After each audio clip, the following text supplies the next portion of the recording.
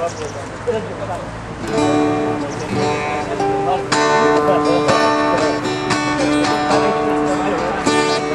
I've traveled this old country from shore to briny shore, but I've never once stopped wondering at the things that I heard and I saw. And the banks are made of marble, they've got guards on every door, and their vaults are full of silver that the people struggle for. We're here today to mark the 76th anniversary of the death of Frank Conroy, who died in Spain fighting the fascists. We're standing here at a monument dedicated to a number of IRA volunteers who they themselves died in the same struggle, the struggle against imperialism. We have a couple of speakers here today. We have Sean from the Communist Party, and we have Harry Owens, who's a Spanish Civil War historian, who will give an account of Frank Conroy's life and death. So, given the time of the year that's in it and the cold, I won't speak for much longer. The last thing I want to do is just welcome everyone for coming along and thank them for coming here for this 76th anniversary. So I'll call Sean from the Communist Party to say a few words, please. Those who this monument commemorates were also trade unionists, and I expect that Frank Conroy was present when it was unveiled, and he was led by his class consciousness and his experience in fighting for the Irish Republic as a railwayman and a trade unionist. Thinking led him into the Republican Congress and the Communist Party. As my father, Frank Edwards, put it, that as an Irish Republican, it was beholden on him to defend the Spanish Republic, that it was part of the one fight. And Bob Doyle always said, if we commemorate the Spanish War, we must involve ourselves in the struggles of today. Thanks, Sean. I'd like to call Harry Owens.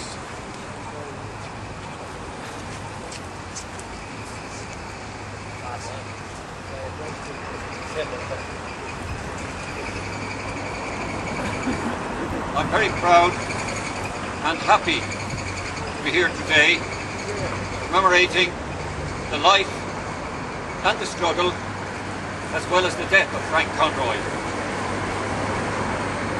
The new Irish state and the Spanish Republic were the two states, societies that were not decided by the victors at the peace conference of 1919, but emerged from their own people's struggles. And in that way, they have more than an obvious outer parallel. However, in the crisis of the 1930s, after the sudden collapse of finance of the great 1920s boom, the banks were collapsing in the 1930s of Europe, the USA and the West. The government said they were obliged to cut back on basic welfare. Employers were cutting wages, closing jobs, and finally even the tiny and miserable dole payments of the time were cut.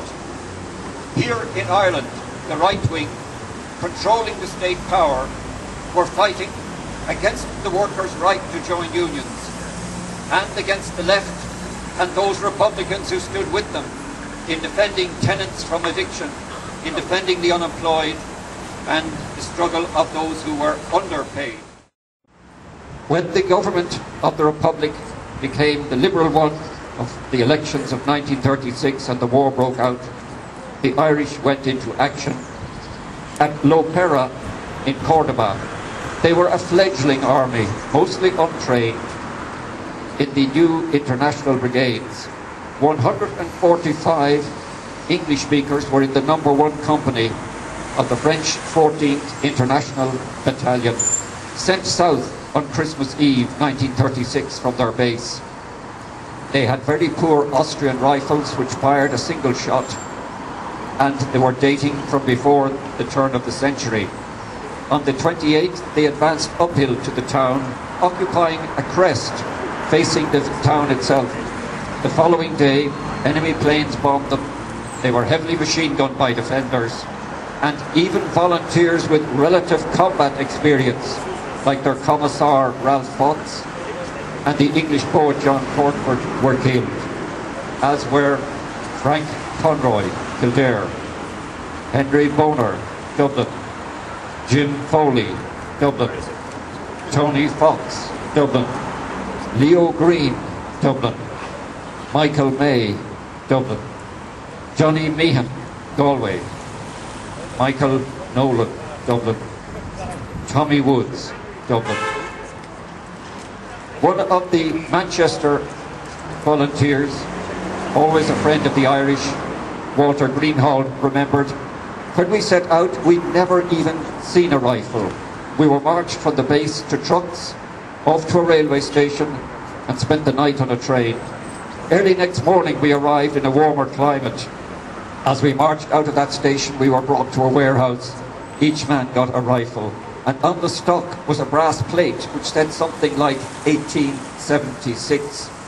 They were single loaders, but later some had a small magazine to fill. We slept on the side of the road that night, and an Irishman came over to me saying, 'Have you ever seen a Lewis gun, one of the old World War I weapons?' He'd only been a drummer in the Territorial Army as a teenager, but the Irishman said, 'Look, I've got this French chow-chow gun, and it jams every so often when the bullet comes out of line. I need someone to straighten it, and you can act as number 2. They sent out patrols to Villa del Rio to find that the Fascists were already on that road. So they set out the following day. Kid Conway was one of 3 section commanders, and they practiced their gun during the night on the road, and in the morning in the trucks continued till they heard a plane coming over, when they took cover at the side of the road. The plane came down strafing both sides, and one of them, called Seagull from London, was killed, their first casualty. They got back in, and a patrol stopped them, and they got out there into the olive groves to their advance. Walter remembers MacDade, the Irishman, was in charge of some of the Irish there. We took a hill with little fighting, and were told we would attack Lopera at dawn next day. When he woke up, he said, "We were frightened of the attack, but it was so cold in December in Andalusia, we were actually hoping the attack would come soon, even if we got killed." The dawn did come, and we could see the Fascists on the other side of the valley bringing up their machine guns. The artillery fire we'd been promised never came.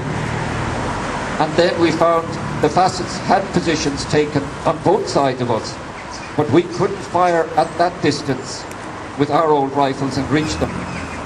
Suddenly Fascist artillery opened up, and then the machine guns on our flanks opened up. The air was alive with bullets. We slithered from the crest to join the rest of them, but things were no better down there. We were caught in a crossfire from both sides. Our only chance lay in running the gauntlet of this murderous crossfire, getting back to the position we had taken the day before. George Nathan, our officer, said, "Right, fall back." Shells were falling across our line of withdrawal. He got us to retreat, the Fascist machine guns firing as well. A shell burst close to us, and my Irish comrade was hit and taken away by stretcher. We fought a retreat for the whole of that day. By the time we'd finished, we were back in the original trench we captured on the hill crest the day before. Altogether, we suffered about 20 casualties. Astonishingly few, considering the situation we'd been put into. The wonder was that any of us survived, that the whole British company was not wiped out.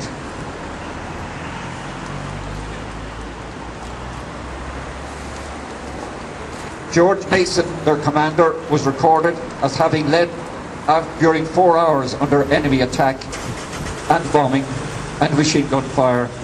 and organising a retreat in sections, keeping his inexperienced men together so that as one section withdrew, they fired and were covered by another. The Irish section, which had been occupying the most advanced position, lost nearly half their number killed and wounded during the withdrawal. Later, the battalion's French commander, Major Lassalle, was shot for treachery. Frank Conroy's body and those of his dead comrades still lie somewhere in those hills around Lopera today, and the Western democracies preferred to let Spain fall to fascism rather than to help a fellow democracy to defend itself. And they continued this policy until it led the entire world into war. My sincere thanks for a second opportunity to speak in this county to Michael Healy, his committee, comrades and friends. I learnt in Monageer in County Wexford not to try and describe the life of a local man, because the real expertise and knowledge of that life is here among yourselves. It is a local person or persons who will find how to trace those memories of Frank Conroy, the stories handed down about him, which are still known in homes and local communities of Kildare. Salud!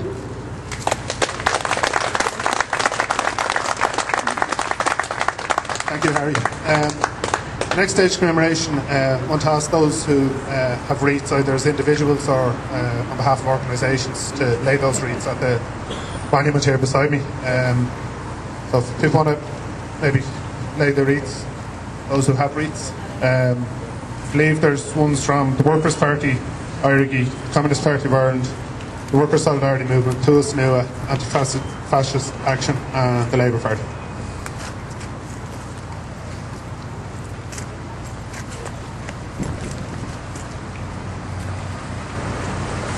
Thank you. Just going to bring the commemoration to an end now. Paul McCormick is going to play another song for us, and then there's a space reserved here in the Silken Thomas behind after for refreshments. Everyone is invited to come along. So we'll just close by again thanking Mick and the rest of the committee for organising today's commemoration. It's hugely important that we remember the core lessons that Frank and before him Connolly had learned. The lesson that the cause of Ireland is the cause of Labour, the cause of Ireland is the cause of Spain.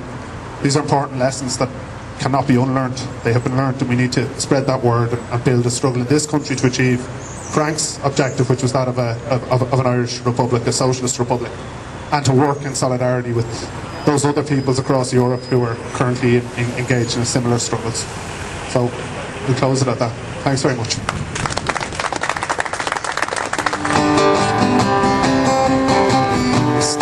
Through the stony fields, fatal winter's night, I could hear them coming, and should I run, should I fight? Cold wind caressed my skin, my face